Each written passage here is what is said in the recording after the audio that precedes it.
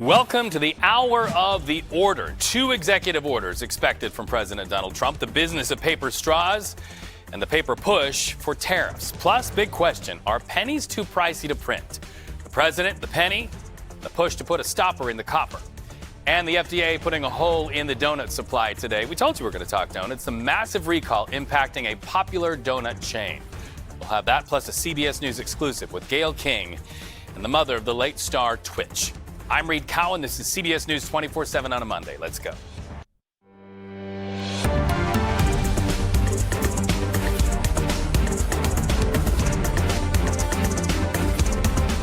Okay, so we're watching the White House and all things Trump and tariffs. He's gearing up to sign executive orders at this hour. First of all, we're going to be talking about plastic straws again, as the president really works hard to dismantle a Biden-era measure. Second, a 25% tariff on all imports of steel and aluminum. So let's go where the news flows these days, the White House, and senior White House correspondent Weijia Jiang. Okay, Weijia, my friend, which countries will these tariffs impact the most, my friend? Well, it will impact any country that exports steel and aluminum into the United States. And the biggest countries that do that are Canada, Mexico, Brazil, South Korea, and Vietnam. And so we don't know yet how these countries are going to respond, if they're going to impose retaliatory tariffs, Reed. But certainly economists are concerned about how this could impact not only the U.S. but the global economy, because these are major countries, Reed, that export a lot of steel and aluminum into the U.S. So a lot more to come in the hours, even in the days ahead on that one. Let's put that aside and let's talk about the fate of those federal workers who were offered those buyout deals, some 2 million federal employees. Where does that stand today, given all the court challenges? So about 65,000 federal workers that we know have already accepted that offer, and we are expecting that number to increase as the deadline approaches, which is midnight tonight. But Reed, what's interesting here is that it was paused because the judge wanted to learn more about the legality. So when he paused it last week and extended the deadline until midnight tonight, he wasn't adding any commentary about whether what DOJ was doing was legal or not. But he wanted both sides to argue the cases on its merit today, and that's what is happening in just an hour in Massachusetts. And so after that, we expect a new ruling. And Reed, we have talked to legal experts who say the bottom line is we don't know what happens to those thousands of federal workers who have already accepted the deal and what happens to the ones who do not. This is unprecedented. And so this hearing at 2 is so critical to determine how everything moves forward, Reed. We know that you'll have that for us. So, Weijia, we're also getting more snippets of that interview during the Super Bowl that the president did with Fox News. This clip on the president's plan for Gaza just out this morning. Let's listen to it and then talk about it. We'll build beautiful communities for the 1.9 million people. We'll build beautiful communities, safe communities. Could be 5, 6, could be 2, but we'll build safe communities a little bit away from where they are, where all of this danger is. In the meantime, I would own this. Think of it as a real estate development for the future. It would be a beautiful piece of land. Would the Palestinians no have big the right money to return? Spent. No, they wouldn't, because they're going to have much better housing, much better. In other words, I'm talking about building a permanent place for them. Because if they have to return now, it'll be years before you could ever. It's not habitable. It will be years before it could happen. I'm talking about starting to build, and I think I could make a deal with Jordan. I think I could make a deal with Egypt. You know, we give them billions and billions of dollars a year. So many unknowns here, Weijia. Of course, not the least of which, the will of the Palestinian people themselves, 2 million people. The big question about whether troops would have to be on the ground to move that many people and whether they would buy into this big real estate development plan. What else did the president have to say by way of any details? Well, on Air Force One, he was asked by a reporter about the timeline for this, Reed, because senior Trump administration officials have said it will probably take 10 to 15 years to rebuild in the way that Trump is envisioning. So he was asked whether he was committed to this project beyond his 4 years in office, and he said he was. But Reed, of course, that begs the question whether the next president and the president after that would maintain this as U.S. policy, or if Trump plans to throw his own personal private money into this. But I think the biggest question, and you kind of hit this, Reed, was what authority he has to take over a sovereign territory. Right. And what happens to the some 2 million Palestinian people who live there right now. He's talking about striking a deal with Jordan and Egypt to accept those Palestinians for the meantime as he carries out this rebuilding. But he also said that they will not necessarily be allowed back. And remember, this is where the Palestinians that we're talking about call home. And so there are a lot of unanswered questions, not to mention the logistics about how this would play out. But the president insists that he is committed to this idea for the long term. As you heard, he views this as a real estate opportunity. But of course, in geopolitics, it's not that simple. Right. Weijia Jiang, thank you so much for that conversation. We will have you back here very soon on CBS News 24/7. So let's get into the brass tacks about another news item you're going to be hearing a lot about today, and that is copper pennies. President Trump telling the Treasury, stop minting new pennies. So he says that producing the 1 cent coin costs more than the penny is actually worth. He says it's wasteful.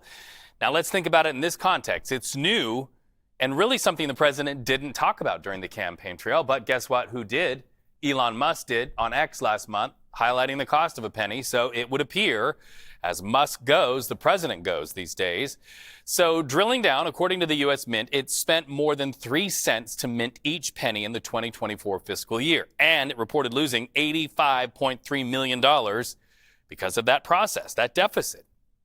By the way, the Mint reportedly loses money on the nickel, too. So that's a whole other conversation to have. Each nickel costs 14 cents to make. But so far, what the president's talking about is just pennies. So Democrats are pushing back against the Trump administration's rapid changes to our government and how it operates, whether it's pennies or nickels or talking about Gaza. In fact, amid a slew of lawsuits against executive orders and protests over changes at government agencies, Democratic leadership in the House and in the Senate, well, they had this to say, plans for their new colleagues. Taurine Small joins us live to talk a little bit more about a letter released today, about an hour ago. Taurine, does this Democratic leadership really hope to accomplish much with these letters, or is this just a policy statement and sort of a rallying cry for Democrats? Yeah, it's this internal directive to members to make sure they're on the same page about how to hold the line over the next couple of years. Democrats realize in the minority they're pretty much helpless as to what they could do. But Chuck Schumer, the minority leader here, outlined that as a member of this very small majority or minority in the Senate, there are certain things that Republicans just can't do without certain procedures like the budget reconciliation. Outside of that, legislatively, he says it'll be the job of Democrats to hold the line to ensure that they don't get 60 votes for those other agenda items. When it comes to other things that he's looking to prioritize in the next couple of years, supporting litigation that would challenge in court a lot of President Trump's executive action. He's also spotlighting this new whistleblower hotline of sorts. He wants to ensure a safe space for people working within the government to still be able to communicate their displeasure, their concerns that they have about the Trump administration without fears of retaliation. That's the pathway forward. Block, hold the line, and hold up, especially when it comes to confirmations, with Republicans are intent on fast tracking as soon as possible. Well, you mentioned confirmation, so let's talk about that. Senate Republicans hope to confirm some of the president's most embattled cabinet picks this week. Democrats are pushing hard against them. What is their path forward in this resistance, as stated in the memo? Yeah, the minority leader Chuck Schumer said that it will be the goal of Democrats to ensure that they can stall for as much time as they possibly can. It's evident, though, that there are not enough Republican defectors to effectively block some of the more controversial figures. Who's on the docket this week, though? I should start with Tulsi Gabbard.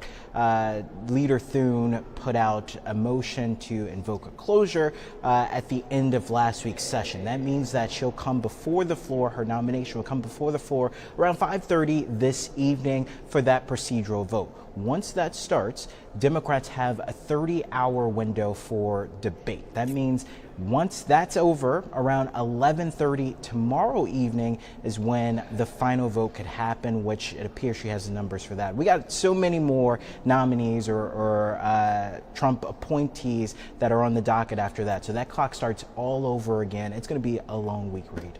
We know you'll have it all covered. So let's ask about this. Later this week, the House Foreign Affairs Committee holding that hearing on the USAID betrayal. That is something that they've been saying, the USAID betrayal. As they make that case for betrayal, what can we expect to be hearing as far as details? Well, so far, Republicans have released their witness lists for this hearing, and we have two really notable members that will be sitting in and testifying. One is a former congressman who has dealings with international aid while as a member of Congress, obviously. And then we also have a former Trump-era USAID official. There's also a former or potentially still involved with, but he has connections. This other member or person that's testifying has connections to the Heritage Foundation. That's a conservative think tank that was responsible for Project 2025, the far-right manifesto for policies moving forward that Democrats decried on the presidential campaign trail. So we know that a lot of the conversation will be focused on underscoring the concerns that President Trump has brought up about the department. But we know Democrats will also look to utilize their time for the minority witness to talk about the importance and the need for it. This comes after Democrats went to the chair of this committee, Brian Mast, and asked him to investigate why exactly these radical changes are happening as quickly as they are and the potential impact that could happen or could be on America's soft power. This is the main humanitarian arm of the United States. So to see that be reformed in front of their eyes is a bit concerning to them, Reed. Bit concerning, and it is going to be a big week. Torian Small, we're glad you're on the case. Thank you so much. All right, Philly fans, we know you are having a very good day. In fact, statistics say many of you called in well, not at work. Maybe you're streaming and watching this broadcast. What you can learn by way of Super Bowl victory parade when we come back.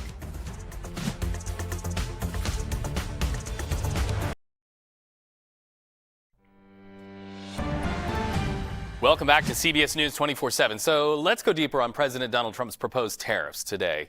25% on all steel and aluminum imports into the United States, including from Canada and Mexico. So let's bring in CBS News business contributor Javier David. Javier, nice to have you with us on the stream once again. The president believes these tariffs will help U.S. steel producers. What's the logic here? Well, the logic is you're trying to prevent, this is a long-standing problem. The idea that companies or countries rather will sort of quote unquote dump cheaper goods into the United States. So the best way to avoid that is to make those goods more expensive and force U.S. producers to use U.S. made goods. Now, the problem with that is these things that we get from overseas sometimes just are cheaper and more cost effective to import. And using U.S. steel or U.S. made exclusively products is sometimes easier said than done. So the president's idea is, hey, let's make it more expensive for these countries to drop these things or these particular goods or services into our country, and therefore will force American producers to do more with American goods. Okay, so Trump also pledged to announce these so-called reciprocal tariffs this week. We're hearing a lot about reciprocal tariffs. So is it an oversimplification to say that a reciprocal tariff is essentially that if a country taxes us, we just tax them right back the same amount? And then I guess my larger question is, how is this not a trade war? Well, yeah, it is exactly what the name implies. It's reciprocity. If you charge us, we charge you, and vice versa. It is, in fact, if not by name, certainly a trade war, because basically the conflict is about what is coming in one country and what's going into another, how much that costs, and basically, ultimately, who pays the price. And that is, I think, ultimately what will happen is consumers will pay the price because companies that are going to be paying more will pass it along to them. Okay, so when could consumers start seeing the impacts of this, whether good or bad? Look, there's a lag. It won't happen right away, but I'd say within a month or so, you will see certain goods getting more expensive.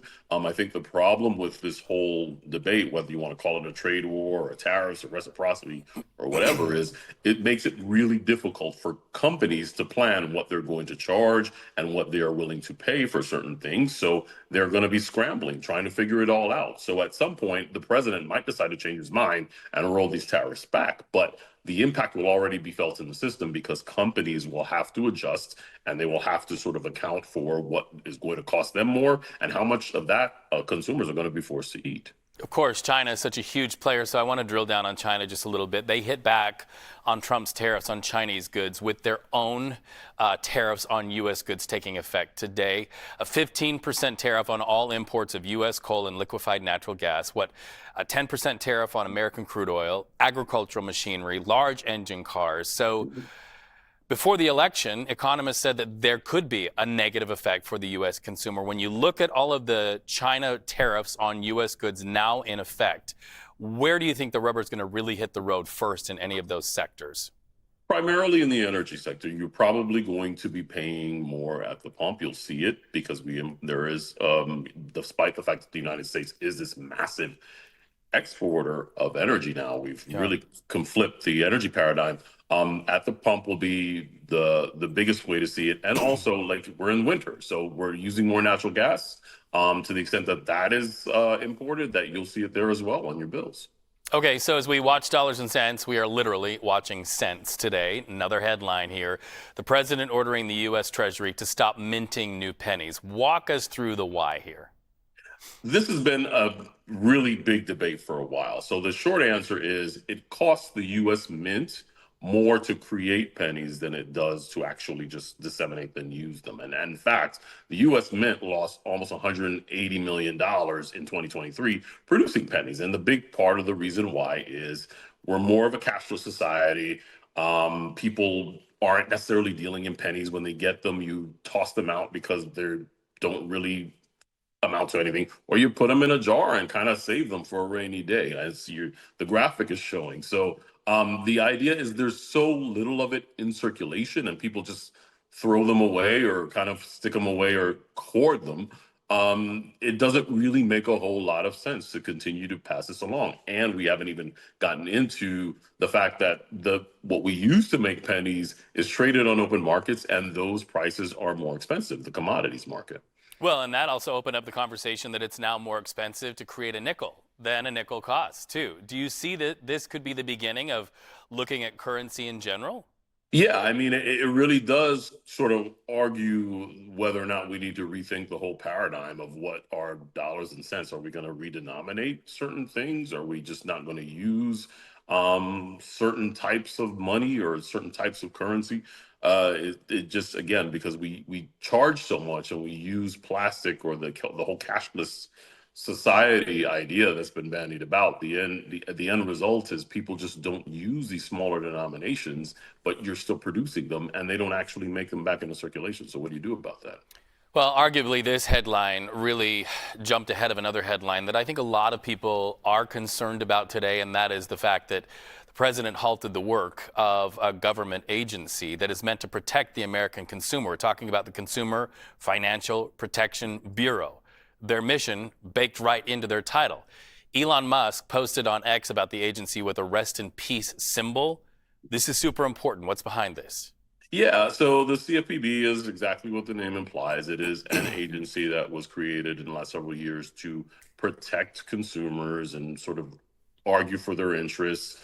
They usually go after banks over fees. They go after credit cards over fees. A lot of their bailiwick has to do with making sure that the consumer is not eating a lot of charges that some view unfairly. But of course, the president and some in his camp do believe that there's been an element of overreach, that maybe this agency has a little bit too much power. It's unaccountable. They force, again, companies to act, and usually it's basically by doing a bully pulpit. So there are some virtues in what they do, and everyone wants to make sure the consumers are safe and not getting charged money that they don't necessarily have or that they shouldn't have to pay. But at the end of the day, like there's all this question, if you're looking at the government holistically, what it spends, how much power it should have, what sort of power it should mete out, the CFPB is kind of right in the crosshairs of that whole discussion. All right, so for now, it's just a work from home situation, a work stoppage, and a reevaluate and wait and see. We appreciate so much you're talking to us today. So many headlines to keep track of, and it's only Monday. Let's talk about the Vice President of the United States. J.D. Vance is in Paris for his first international trip, representing our country as Vice President. So he is there to talk about artificial intelligence. There's a summit there in Paris, and at that summit, the Vice President is really going to push back against efforts to tighten regulation around AI. Think about this, billions of dollars pledged in the United States to really grow AI technology. Next week, J.D. Vance is also set to attend a security conference in Munich where he will meet with Ukrainian President Volodymyr Zelensky. That meeting comes as President Donald Trump tells reporters he may also soon meet with the Ukrainian leader. Trump also noting he may sit down with Russian President Vladimir Putin, saying he'd like to see an end to the war in Ukraine. That was a campaign promise, saying that he could end the war within a week. It goes on. We're watching this one closely. We also have developing news out of the Middle East. A military spokesperson for Hamas says Israel is violating the ceasefire deal by, quote, delaying the return of the displaced to the northern Gaza Strip and targeting them with shelling and gunfire in various areas of that strip and not allowing relief supplies of all kind to enter into that area, as was part of the agreement. Well, in response, Hamas says they're going to delay the next hostage release. They're also hitting pause. The sides have carried out 5 swaps since the ceasefire went into effect last month. CBS News foreign correspondent Chris Livesay reports from the West Bank, which is an area, by the way, that says they really haven't seen a break from the violence at all. We'll have that story in just a minute. Meanwhile, opening statements begin today in the trial of the man accused of stabbing author Salman Rushdie. Haiti Matar charged with attempted murder and assault in the 2022 attack. Rushdie stabbed more than a dozen times while speaking in front of a live audience. We can tell you Rushdie plans to stand on that stand and testify. Coming home to the United States and jumping the map now to Pennsylvania, video to our monitors tells the story of at least a dozen people injured after an explosion at a fire at an industrial plant. This all happened yesterday in a place called Crawford County, which is about 90 minutes north of Pittsburgh. Look at that. The blast happened when firefighters rushed into an alarm at that facility. They got there and it blew up. 4 firefighters hurt. Operations at that plant suspended while investigators get down in this rubble and try to figure out a cause for that explosion in the first place. A federal court temporarily blocked the Trump administration from sending 3 Venezuelan illegal detainees held in New Mexico to Guantanamo Bay. Lawyers for the men said they fit the profile of specific immigrants like those associated with notorious gangs. But they argued for the temporary block because there's no clear legal availability for those sent to the detention center. Well, sports news, the Philadelphia Eagles soared to a Super Bowl 59 victory over the Kansas City Chiefs, and it wasn't even close. It hurts if you're from Kansas City. The Eagles held a significant lead the entire game for their second Super Bowl victory, and you're seeing the excitement here behind me. The city of Philadelphia announced the victory parade will happen this Friday. In fact, this morning at a news conference, Eagles players and staff reflected on the road to becoming champions. Just look at, Jalen and AJ and Devontae and everybody, the group rush on defense, the not caring who gets the credit and just wanting to win. I mean, there were so many things that this is the greatest team sport there is. But I think the biggest thing, Dave, was the embrace of the adversity that we all went through together. And adversity does something to you special if you embrace it and allow it to shape you to be the person that you are and the team that you are. It's never been about anyone else. It's never been about anyone else. It's just been about the journey of embracing everything and trying to grow and be the best that I can be, I think as a team, we wanted to look back and say we made everything worth it, and that's just the commitment, the time, the effort, everything that we did. But I wouldn't be here without that journey, and that's something that I embraced along the way, and I think it's just something to continue to build on.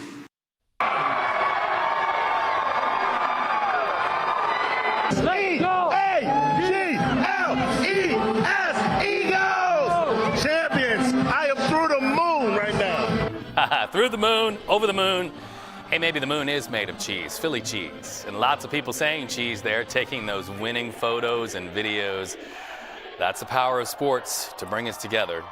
Don't we need more of that in our country? Congrats, Philly.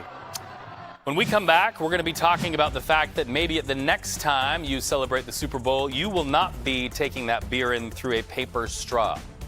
More plastic, less paper when we come back.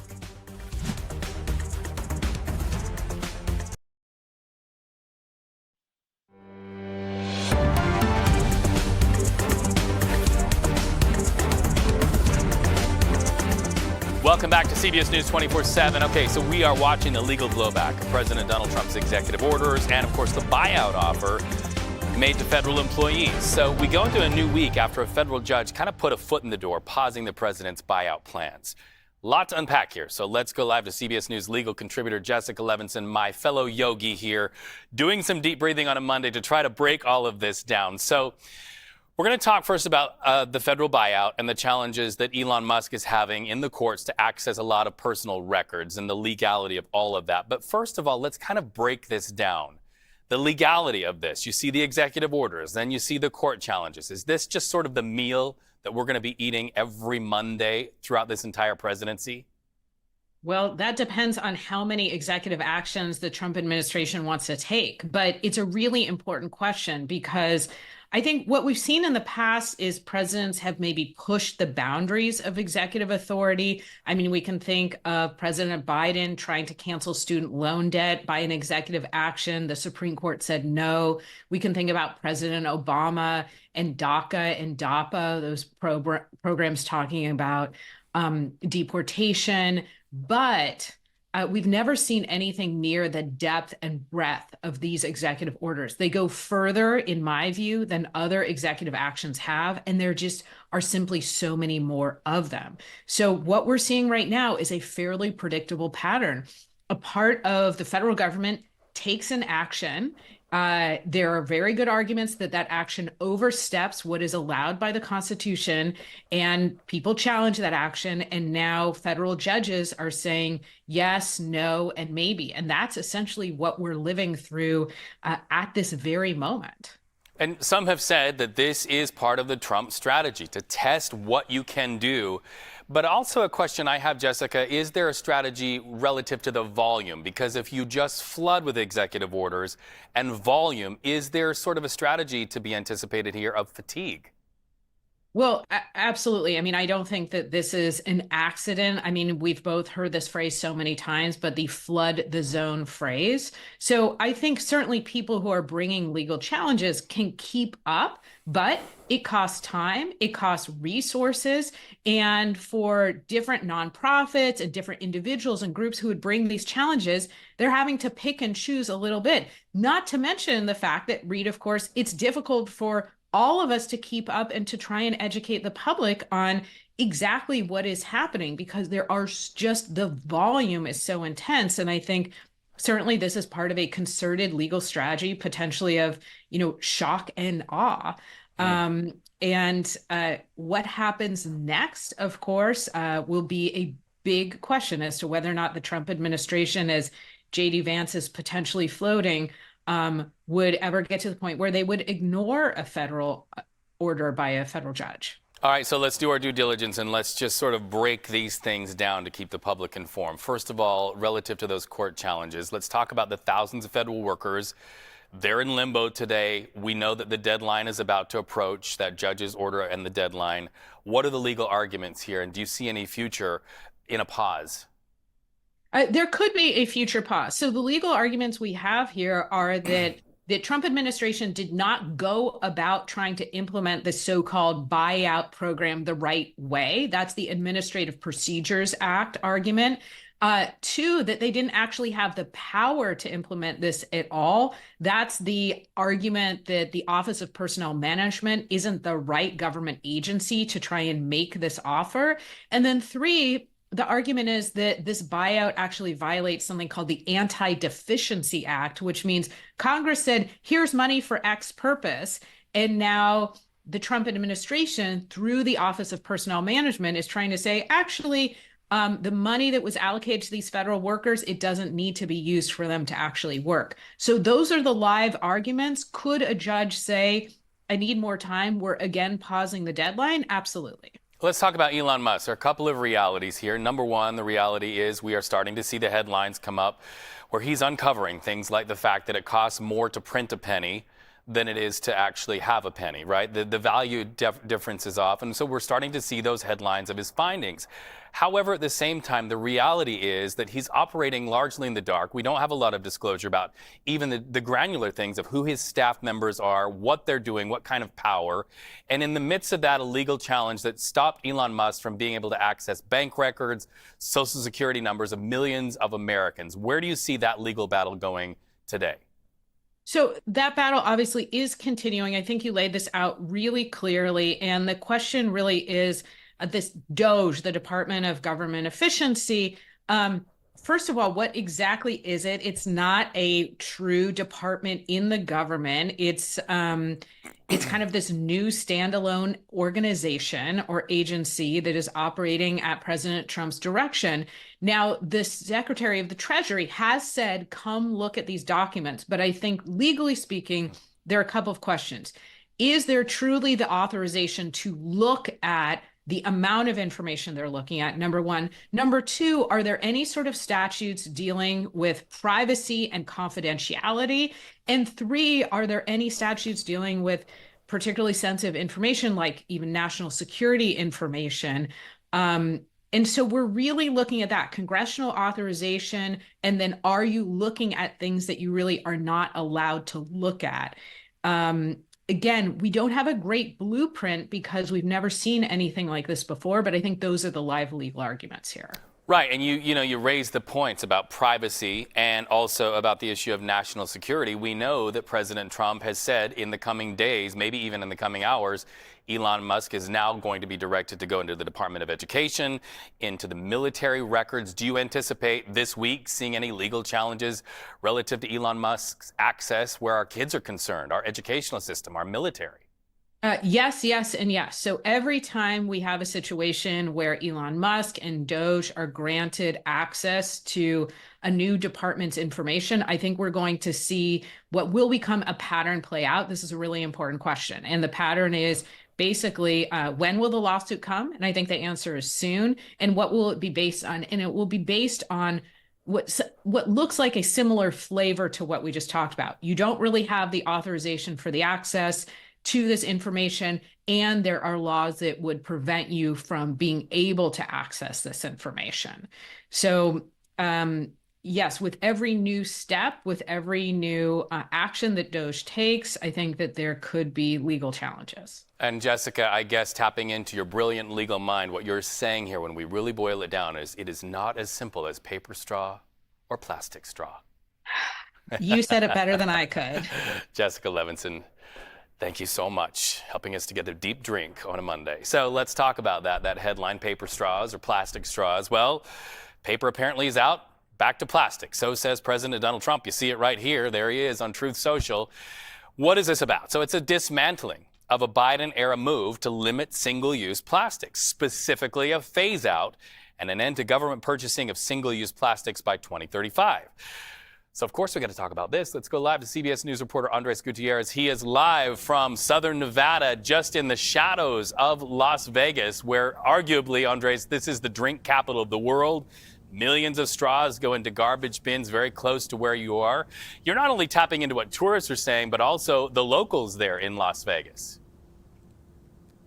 Absolutely, Reed. And the reaction out here in Nevada, it is mixed. There are those who are against the plastic straws, and they point out the environmental impacts, how it could harm wildlife and the amount of pollution it contributes. There are estimates that there are 400 million tons of plastic straws and other plastics that end up getting used around the world, but only 9% of that actually ends up getting recycled properly. On the flip side, those who are against paper straws simply don't like the texture of it. One person that I spoke with said it disintegrates, it gets soggy, it doesn't give a great drinking experience. And here's what the others told me. I'm kind of neutral on it. I tend to use reusable cups. I've noticed the whole trend right now is carrying your own cup with your own reusable cups, your own reusable straws. So to me, that's what a lot of my friends do. So I guess I haven't really put too much thought past that. I just stopped using those straws and just kind of do my own thing. The president's about to sign an executive order. Yes, I'm all for it. What do your friends say about these paper The straws? same thing. They don't want paper straws. Want plastic straws. Honestly, paper straws are horrible. Plastic straws work great. I think in places like the Caribbean where you have the sea turtle issues, yeah, let's outlaw them. We're in the middle of the friggin' desert and our tortoises do not eat the paper or plastic straws. So yeah, no, I think it's a non-issue. And that gentleman, Dean Crum, went on to tell me that there should be other issues that this administration should be putting their priority on versus this debate of paper versus plastic. All right, and as somebody who once lived in beautiful Las Vegas, Nevada, I can tell our viewers, look at that empty lot behind Andres. Fast forward about 6 months, it'll be a neighborhood, no tortoises at all. Thank you, Andres. It's nice to talk to you. Tell everybody hi in Southern Nevada for me. All right, so when we come back, we're going to be talking about a recall of baked goods. Don't you know? It's about donuts. Stay with us.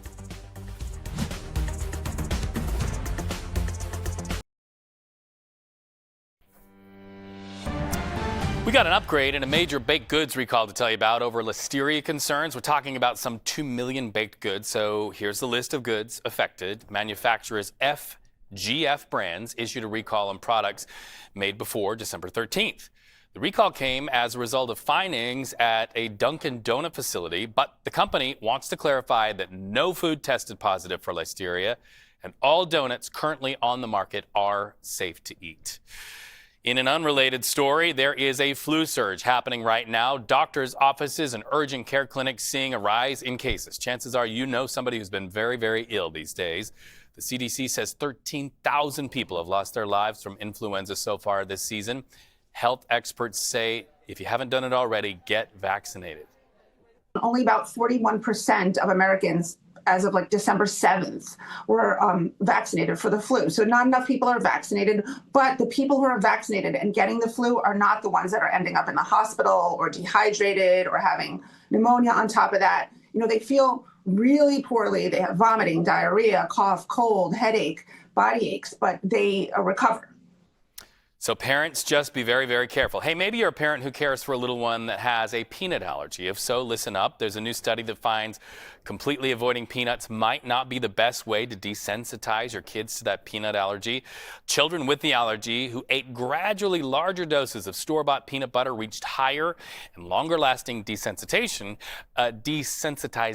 compared to kids who had no peanuts at all. Please note, though, don't try this at home. All dose increases should take place under medical supervision.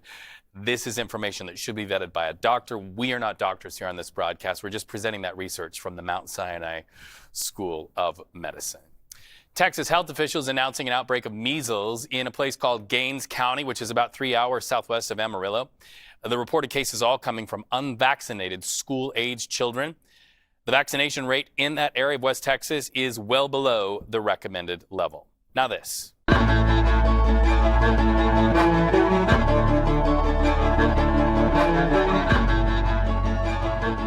Our CBS News Eye on America series keeps our values rooted where they belong, your stories in your community. So let's talk about that deadly strain of bird flu. It's taking a significant crack at the nation's egg supply. Now some Americans have their own solution, and that is to raise chickens right in their own backyard at home. CBS News correspondent Naomi Ruckham takes you inside this backyard chicken trend as the rise in egg prices shows no sign of slowing down. From this feed store in southern Florida, baby chicks are flocking to new homes.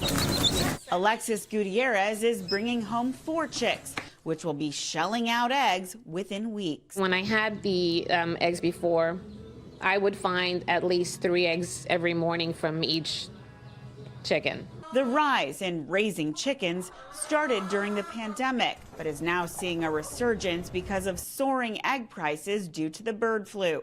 Data from the U.S. Department of Agriculture shows more than 20 million egg-laying chickens died last quarter from the virus. The average price of a dozen large grade A eggs was $4.15 in December, up from $3.65 just 1 month earlier. And that is taking a toll on everyday Americans, along with restaurant owners. All your breakfast restaurants and stuff are going to be feeling the brunt of that, and probably, I'd say, for the rest of this year. But the logistics of raising chickens at home can sometimes be tough to crack. And getting started isn't cheap. Costs vary from about $200 to $2,000 just for the coop, not to mention chicken rules vary by region. Add on feed, waterers, and that priceless TLC, most egg lovers will keep scrambling to get their weekly dozen from the local store. Naomi Ruckham, CBS News. When we come back, a CBS News exclusive. The mother of a beloved entertainer lost way too soon. Feeling very protective of his legacy. What she told our Gail King when we come back.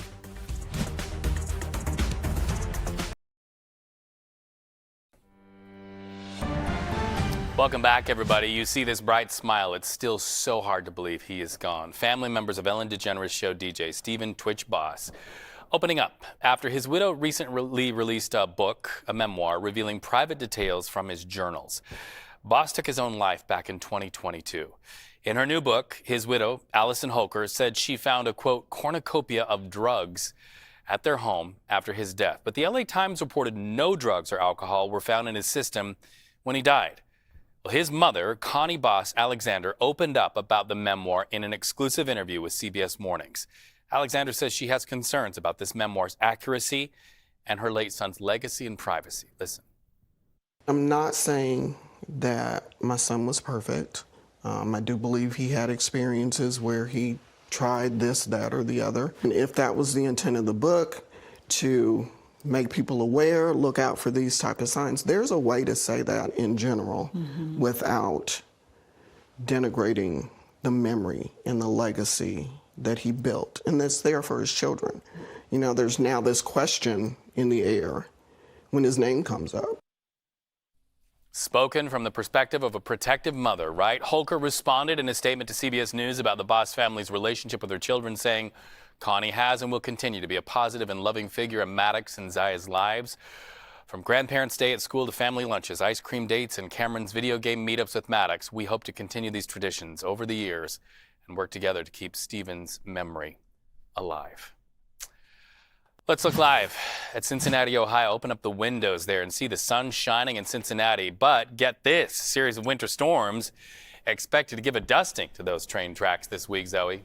More than a dusting for parts of Ohio and up across the Midwest up to the Northeast. Places like New York, Maine, Vermont, New Hampshire that have already seen a foot of snowfall. Even more is on the way, up to 9 inches with some locations. Our first storm, though, is going to be mostly some heavy rainfall. The potential for some stronger thunderstorms, a little bit of snow on the northern edge of that system, but it's a secondary system in the central United States that is going to pack an even bigger punch when it comes to widespread snowfall and some severe weather down to the south. Looking at how much rain you can, because again, with our first storm system, we will be seeing a majority of that activity falling as rain. Anywhere from 4 to 5 inches across parts of Texas, up across Louisiana, over to Mississippi. Anywhere from 1 to 2 inches across the Carolinas, over to Tennessee and Kentucky. But there is still a level 2 out of 4 on that excessive rainfall outlook. When it comes to some heavy rainfall, again, we are expecting that tonight. But that secondary storm system that's going to set up Tuesday and into Wednesday, again, this one is going to be packing a much bigger punch when it comes to severe weather potential, when it comes to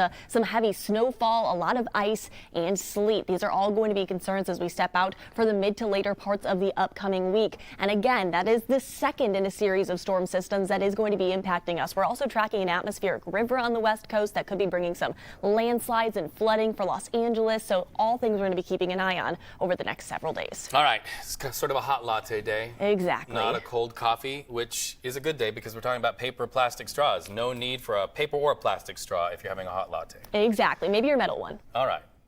That's an idea. The president hasn't said anything about that. However, we're talking tariffs on steel. My goodness, the news continues. CBS News 24/7. Always something to talk about, right? Have a good day. Congrats, Philly.